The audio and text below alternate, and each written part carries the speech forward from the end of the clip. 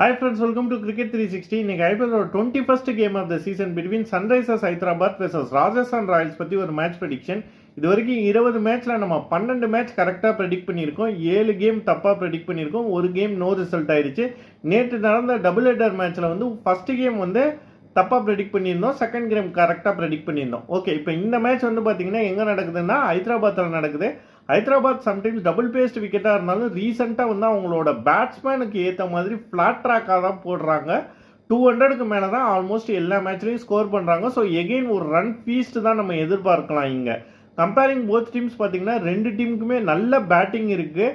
அவங்க ஓப்பனர்ஸ் இங்கே ஹெட் அபிஷேக் சர்மா, அங்கே வந்து வைபவ் சூரியவம்சி, ஜெய்ஸ்வால், இந்த 4 பேருமே வந்து அடித்தாங்கன்னா வந்து 200 250 ஸ்கோர் தான் போகிற அளவுக்கு வந்து ஒரு ஸ்ட்ராங்கான பேட்டிங் யூனிட் வச்சுருக்காங்க ரெண்டு டீமும்.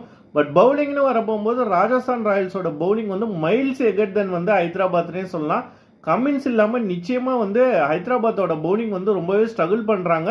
இந்த மேட்ச்லேயும் ஸ்ட்ரகிள் பண்ணுவாங்கன்னா நான் எகெயின் ஃபீல் பண்ணுறேன். இந்த சீசன் ஃபார்ம் வைஸ் பார்க்க போகும்போது 4 மேட்ச் ஆடி 4மே ராஜஸ்தான் ராயல்ஸ் வந்து ஜெயிச்சிருக்காங்க. ஹைதராபாத் 4 மேட்ச் ஆடி 1 மேட்ச் தான் ஜெயிச்சிருக்காங்க, 3 மேட்ச் தோற்றுருக்காங்க. ஸோ ஃபார்ம் வைஸும் ராஜஸ்தான் தான் பெட்டராக இருக்காங்க. அதே மாதிரி வந்து பவுலிங் யூனிட்டும் அவங்களுக்கு தான் பெட்டராக இருக்குது. ஸோ இந்த மேட்ச் வந்து எனக்கு கொஞ்சம் ஈஸியாக தான் இருக்கும்னு நினைக்கிறேன். பேட்டிங் வந்து ஏதாவது வந்து ஹைதராபாத் வந்து ஒரு 250க்கு மேலே ஃபஸ்ட் பேட்டிங் பண்ணி அடித்தா வேணால் அவங்களுக்கு ஒரு சான்ஸ் இருக்குன்னு சொல்லாமல் ஒழிய, otherwise I predict Rajasthan Royals win.